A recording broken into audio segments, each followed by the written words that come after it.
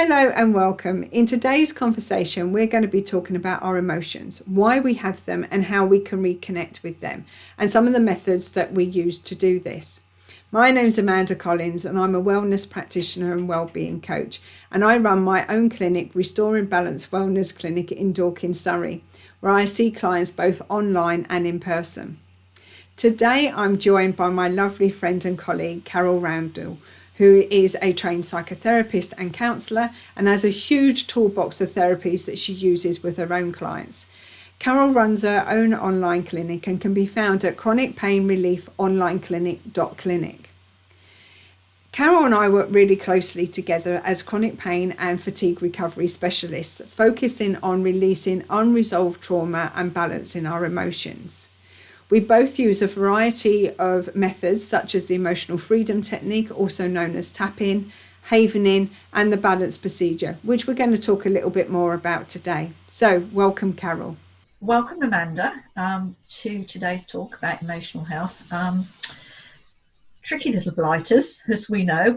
I have struggled to try and work out how to condense this into something that's really understandable, because emotions we have to feel. Yes. Yes. And I think exactly that even doing this chat about emotions this morning has brought up a lot of emotions within us this morning. So I think that is really good to show people that how real and normal having emotions is, you know, and in its case of what do we do with them and how do we understand them, really, isn't it? And why do we have them? Why is it that we have these emotions? And actually, where do they come from? And what comes first? Feelings or emotions, or emotions or feelings? It's cart and horse. That's a good question. Yeah. Isn't it? So, I mean, thinking about that, I don't know. I mean, all I know is it's so instant, isn't it? It just seems to be there all of a sudden. So, I would say thought first. And then your response to that thought gives you that emotion. What's your thought on that? Yeah, okay.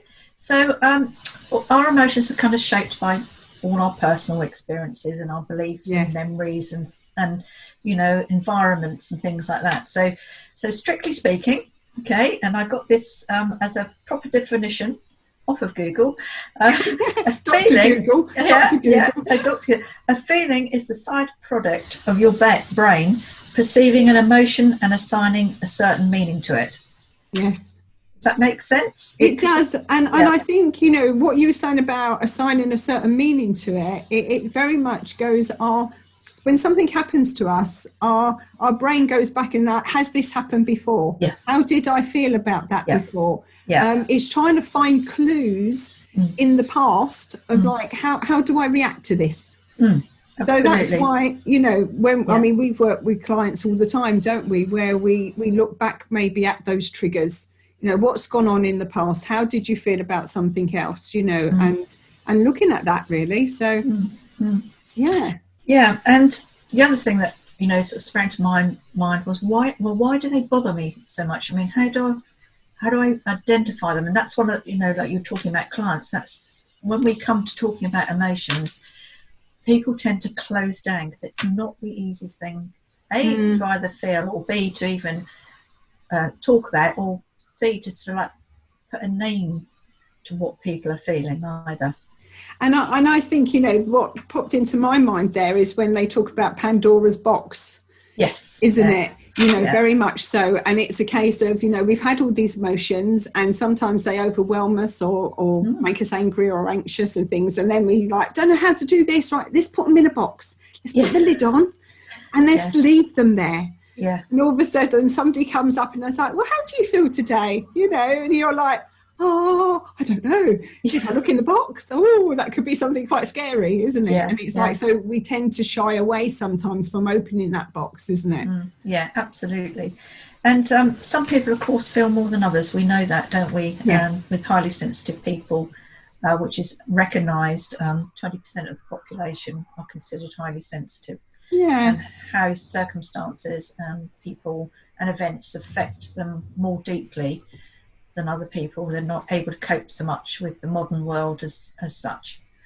Yeah, and I think, we have to be, I think, mindful how we talk about being sensitive, because sometimes, it's like you hear it as a criticism, isn't it? And it's like, oh, you're so sensitive. Oh, you're always getting upset about anything. But actually, there's such a positive side to being sensitive. We make the most loving friends. We pick up on those subtle energies that are around us, don't we? And we really do, understand everybody. So actually, there's a real positive side by having that empathy. But it's learning, I suppose, and we're going to talk about that later, but it's learning about what tools we can use, those self-help tools, those self-soothing tools, isn't it? To actually, literally balance our emotions so we can cope with those and other people's emotions. Yeah. Isn't it? And your clinic is Restoring Balance. Yes. Yeah. Yes. So it's all about restoring balance, emotional balance, and everything else. So yes, it brings it all back in. But it's like we've had discussions before about how trapped emotions can bring on the physical pain. And that's very much what you deal with in your clinic and what I deal with our clients as well. So with those chronic pain clinic clients, isn't it? We need to look at their emotions, don't we, as well? So absolutely, yeah. So I want to bring in a sort of a bit of a personal note here, which might help people understand a little bit more about what you do. And I'm going to show you this. I don't know if you can see. I am the avatar. Now, this is what you call a balance procedure, which is something that you work with a lot, and you've worked with me as well on this, certainly around self-belief and taking my clinic online. And I can only say from working with you how impactful it absolutely was. So I just wanted to bring that in now and ask you a little bit more about thank you, Carole. I've got my cards here too. Never go anywhere without them. Yeah, thank you, Carole, for mentioning the balance procedure. I mean, I just love it because it is such a simple energy technique that you can use all the time. So simple, we don't have to think about words or anything like that. We just, are aware of our emotions. And I don't know, maybe we could talk a bit about the emotional scale here. It's a case of, emotions go from, a higher frequency of sort of like joy and love and contentment and things like that, all the way down to those very lowest frequencies of that despair, that grief, and even suicidal thoughts and all of this and anger, and all of these are lower down on that scale. And, the nice thing about the balance procedure is having that awareness of where your emotions are at any given moment. And then using the balance procedure to actually, raise that energy from those lower emotions up to those higher ones, to be honest. And so it's so quick and simple to put us into that relaxation state. So and I just, it's one of my pet things that I run workshops, and it's something I so enjoy doing. Enjoy doing. And it's like how me and you work together with the balance procedure, getting your you were saying about getting your clinic online and things like that. You've done all the practical bits, all your ducks like in a line, weren't they? It's like, my website's up and I've got, all my tools in place and everything. And it's like, but there was something going on in you at that moment of like, to put it out there. And things like that is where the balance procedure comes in, because we can balance that emotion. How do you want to feel, Carole, with your new clinic? Well, I want to feel empowered. I want to feel, really happy that I can get this message out there and everything. So, that's what we balance on. And then all of a sudden, like a little light switch, everything changes, doesn't it? And I think one thing to actually just touch on just a little bit here with our emotions is that when we are in those lower emotions and we are fearful and we have got that anxiety, we actually manifest more of those same emotions. It's like attracts like. So we will see more fearful things out there. We will see more anxious things. But when we start to raise our emotions, raise those, and we're feeling more happy and content. Even feeling content is good. We don't always have to feel the top of the world all the time. Feeling okay is good. Yeah. But we then attract more of that into our lives. Yeah. And I think, we all know when we have a bad start to our day, Yes. the alarm doesn't go off, or, oh God, I haven't got the right clothes to wear. I don't feel comfortable today. How the day sort of goes downhill from there, doesn't it? But if we, it's raining outside or whatever, if we wake up, the sun's shining, the birds are singing, we've got lots of time, even got time for breakfast this morning, grab a coffee on the way to work or whatever we're doing, or get the kids, on time into nursery or school, our day goes so much better. So I guess what you're saying is that what you focus on, you get more of. Yeah. And how many times has, something gone wrong, one thing gone wrong in the morning, and it's like, oh, you know what, I'm having a bad day. Everything's going to go wrong. And so what happens? Everything goes wrong. Yeah. Because your belief is everything's going to go wrong. Yeah. So, it's important to know, I think, what we're talking about today is having an awareness, isn't it, around our emotions. I often, refer to it as in, what's alive in you now, what's going on, and when we're anxious, I call it like that little buzzing. It's like, ooh, you've got that kind of, but be aware of that.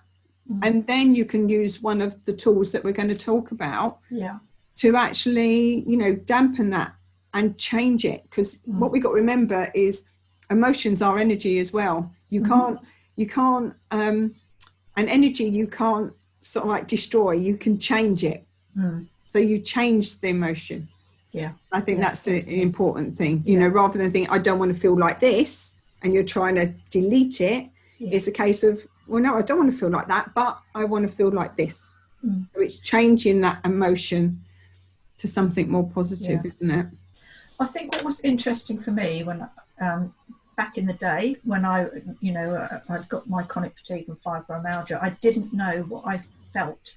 And it was really difficult for me to put a name around an emotion. It wasn't something, A, that I'd been brought up to do, or B, wasn't encouraged to do, which, so my way of dealing with, that adverse childhood experiences was to dampen all those feelings and emotions down. Yeah. So that's been my biggest struggle in my recovery, is to A, accept that, yes, I do feel, I do have emotions, and actually I don't have to feel as if I'm stuck with them, because I can change them.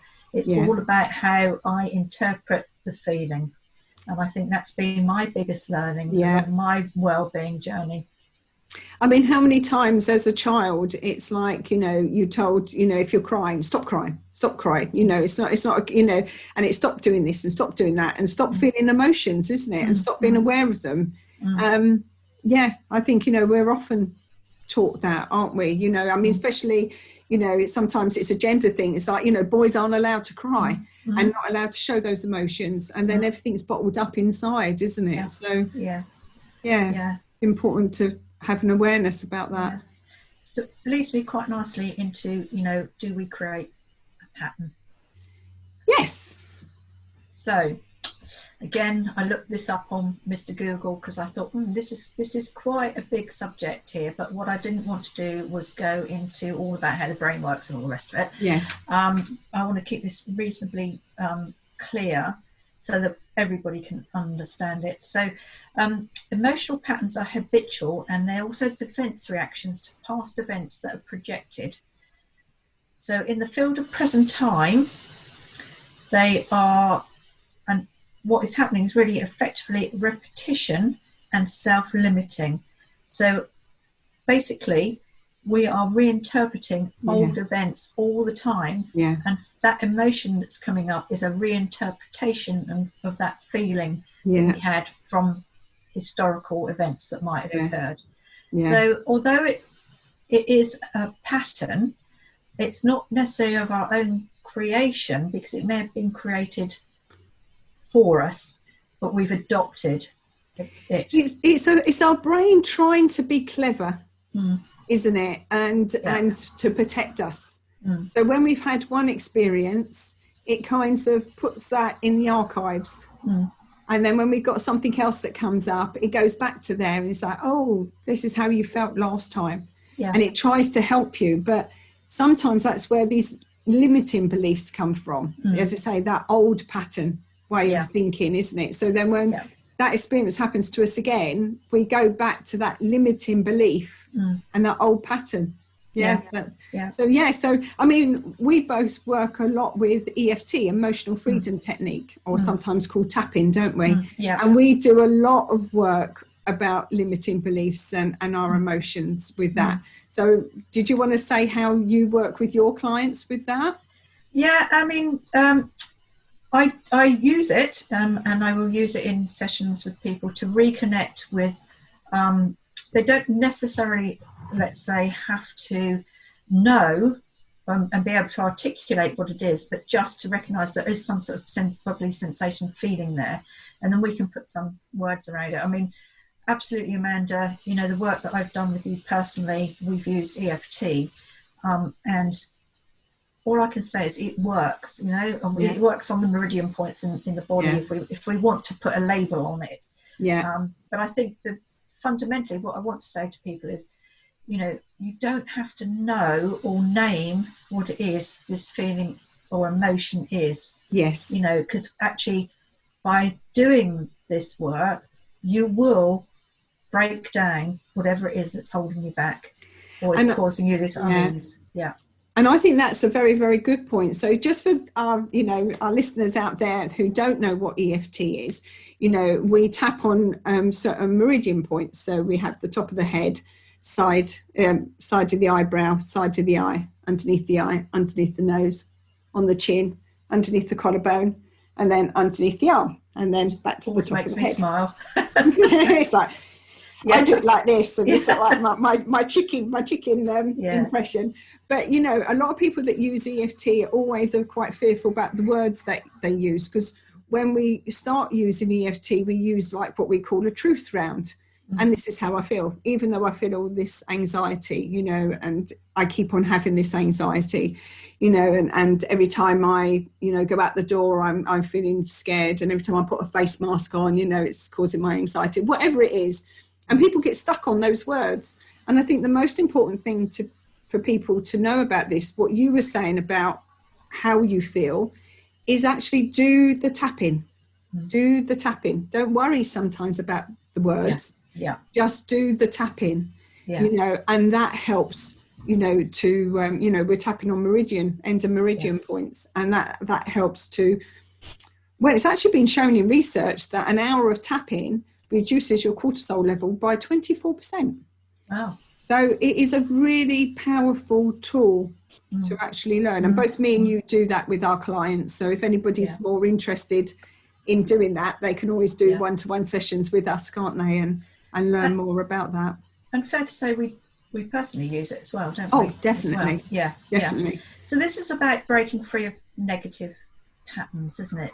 About some tools and techniques that we can use every day, which aren't difficult to learn at all, and that we can teach our children or family or whoever, just to help us feel better about ourselves, more ease, and those negative patterns we can start to reaffirm, if you like, a different way of thinking, so breaking that current pathway that, you know, as we mentioned before, about that pattern that we keep perhaps recreating without realizing it.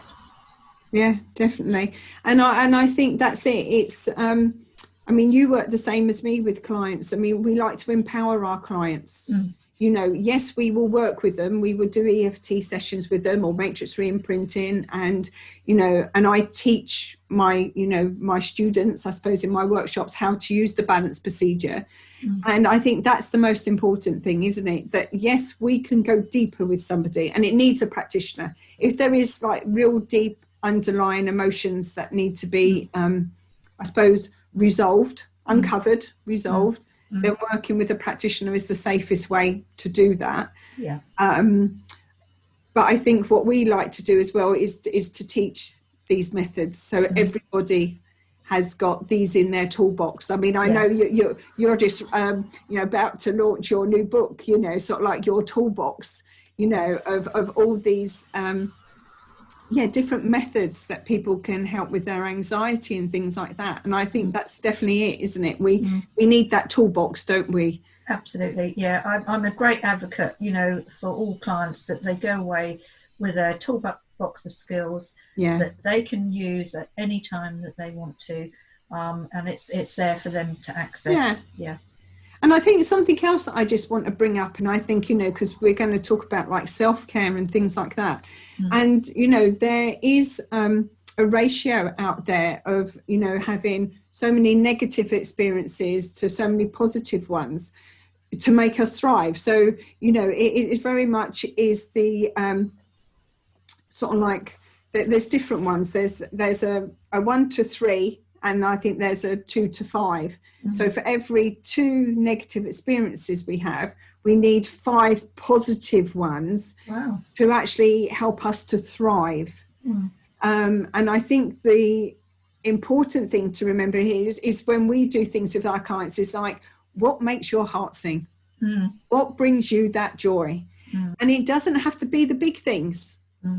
It can be those little things. So I like to think about it as your emotional little piggy bank.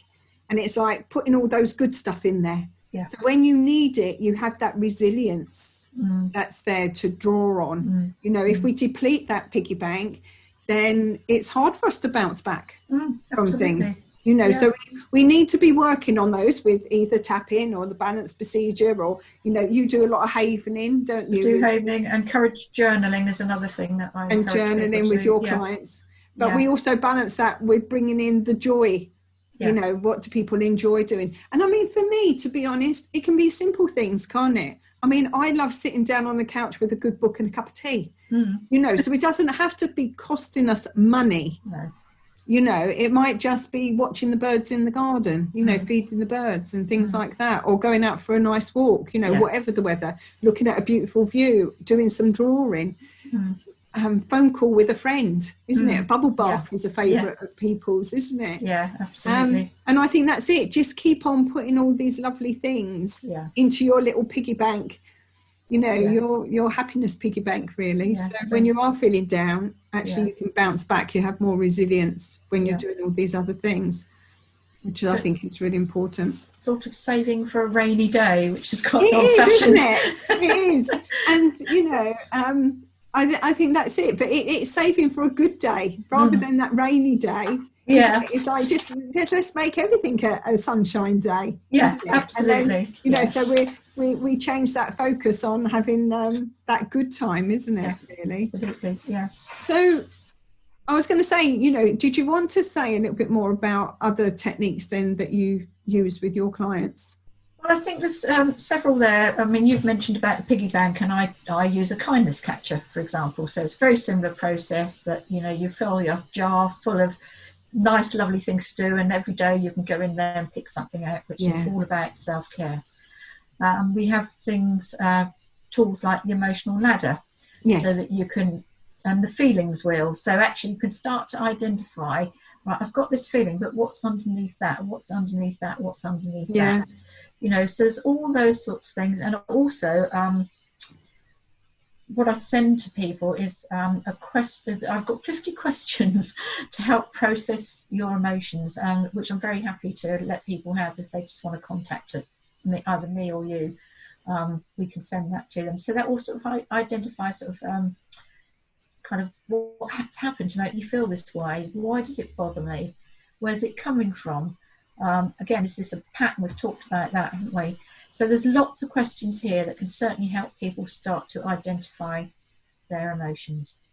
And can people contact you then at your clinic? So we'll put the address up at the end so people can contact you with that. Yeah, they can just pop it into an email. Very happy to send that to them. Yeah. But it's interesting you were saying about those questions because, we both know there is 7 basic fears. Yeah. isn't there, that Yeah. we all have. And I think one thing to talk about is to normalize the fact that we all have emotions. Yeah. And we all go up and down. You talked about the emotional ladder, and I just called it the emotional scale, Yeah. but it's exactly the same. It is 1 to 22, 1 being that joy, 7 being that contentment, okay, all the way down to 22 of that despair. Yeah. But, there is those 7 basic fears. So there's fear of poverty, fear of criticism. I'm reading it off here so I don't forget any. Fear of ill health, which is a big fear at the moment. Mm-hmm. Fear of loss of love, fear of loss of liberty, fear of old age, and fear of death. But I know how I work with that, with the balance procedure, is the case of when we have that fear, we turn around it into a positive statement. Yeah. And we call these I am statements, because the I is always very much about me. I can't change what's out there, but I can change how I feel about it. So it's the I, always the I. Yeah. The am is it's now, it's happening. Right. It's already here. So instead we have I am wealthy. Yeah. I am enough. Now we know that's a big one with a lot of clients that we see, don't we? I am healthy. I am love. I am free. I am youthful. I am life. So we can work on those positive sides of those fears, can't we? Yeah. So we're basically reframing a negative into a more positive in the now statement of, again, that self-belief, isn't it? Instead of, that negative self-belief, a positive self-belief. Yeah. And I think that's it. It's having that awareness of what's going on in us at any moment in time. And then thinking to ourselves, well, how do I want to feel? Or where did that trigger come from? And often, the work that me and you do when we go deeper in with our clients, isn't it, is looking at those triggers. Well, where did that anxiety come from? Where did that fear come from? And we can, go back, and I know both of us do a little bit of timelines and things like that, and we can go back and we can pinpoint, where actually it was my teacher telling me, you are stupid, you'll never do any good. And it's from that moment that you had that limiting belief that you've carried with you. Yeah. So we can use, because you are, a psychotherapist and a counsellor as well. So you can use those skills as well as your EFT skills to go back there. And then I work with also the EFT, and we both do the matrix reimprinting as well. But the balance procedure very much doesn't even want to know what went on back there, which is what I love about the balance procedure. It's like, how do you feel now? Where do you want to go? And sometimes I know that, going backwards, although it is good, it can be hard work for some people, can't it? Yeah. And I think it's nice to have a tool that takes us from the now into that future. We create what we want. We create our day. We create how we feel. So, we've got lots of techniques between us, haven't we? And lots of tools of how to do things. I think that's, if that's the biggest takeaway from our, sort of chat today, it's about, don't despair, because actually there's always something there, and it can be very simple. It can move you from the place you're in at the moment to a much better place altogether in quite a short space of time as well. Definitely. Yeah. So how can people find out more about what you do? Because I know you've got your website, and obviously you've got your YouTube channel as well. Yeah. Okay. So obviously Carole at Chronic Pain Relief online.clinic. I've got that website as well. There are several interviews going on at the moment around well-being, particularly about emotions, because they're running quite high, as we've seen, worldwide, not just our own personal space, but, the bigger, wider picture as well. So, yes, if anybody wants to get in touch, please do. I'm very happy to provide you with those questions. And I know you're down in Dorking, Amanda, aren't you? Yes, so I'm down in Dorking in Surrey, next to the lovely Box Hill. So I'm in an outstanding area of natural beauty, which is lovely around here. But I'm like you. I work so much online now, so it doesn't matter where you are. We do a lot of Zooms with our clients, don't we? So and I've also got a YouTube channel. So those details are below as well. And, look on there, because I've got little clips on, what the balance procedure is. I'm just about to do one on EFT. What are the EFT tapping points? So people can actually have a little bit of more of an insight of what we do and how we do it. So there's lots of information. But, both me and you, Carole, if people really want to work with us, we both offer what we call a free 30-minute discovery call, don't we? Yeah.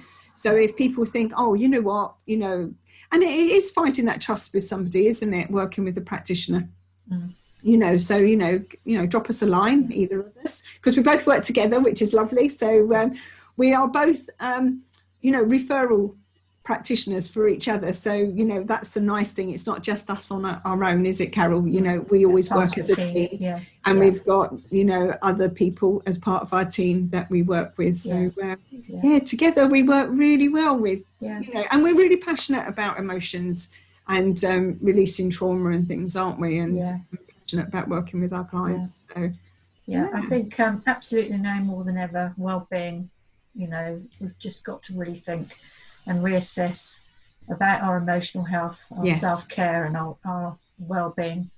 Yeah, definitely. Well, thank you. That was a real interesting chat about emotions, isn't it? And it's amazing how, and I will share this, because I think it's important for people to know that even us as practitioners, when we're faced with something that we feel nervous about, and I know we're both nervous about giving a chat on emotions, because it's like, are we getting the right information over? And I'm a perfectionist and I want to say everything right and everything else. And what is amazing is, how we felt at that beginning. And then as you're chatting, it's like, oh, I love this. I could be talking all day about this, and then you can't shut us up. So it's really interesting how, they say, face your fears. But, what I would say is tap on them, balance on them, calm those, and then go out and do it. You can do it. Yeah. Don't let those fears and that anxiety, hold you back. Acknowledge it. Use one of our tools that we teach, and then move on with that, isn't it? And don't be trapped in that emotion, isn't it? Is what I would say to people. Yeah. So brilliant. Well, thank you very much for your wise words of wisdom today. I think you're putting a lot of pressure on there. Wonder what emotion's coming up now. We're balanced on that. Where's your cards? We're balanced on that. Balance on that. Okay. Brilliant. Thanks you very much, Carole. All right. See you soon. Bye. Bye. If you would like to learn the balance procedure, then please sign up to one of my workshops online, either as a group or one-to-one workshop. In level 1, you'll learn how to use balance procedure on yourself, others, and with animals. And then you can take it up to level 2 and become a practitioner, where you can teach the balance procedure to others. Once you've used the balance procedure, then you can incorporate that in the wellbeing coaching sessions that I use. So for more information, please visit my website.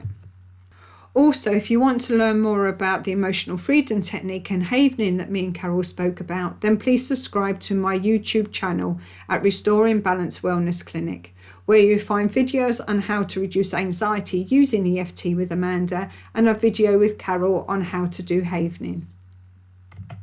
And please remember, you can always book a free 30-minute discovery call with myself to find out more about how we can work together. So for more information, please visit my website at restoringbalance.org.uk. Many thanks.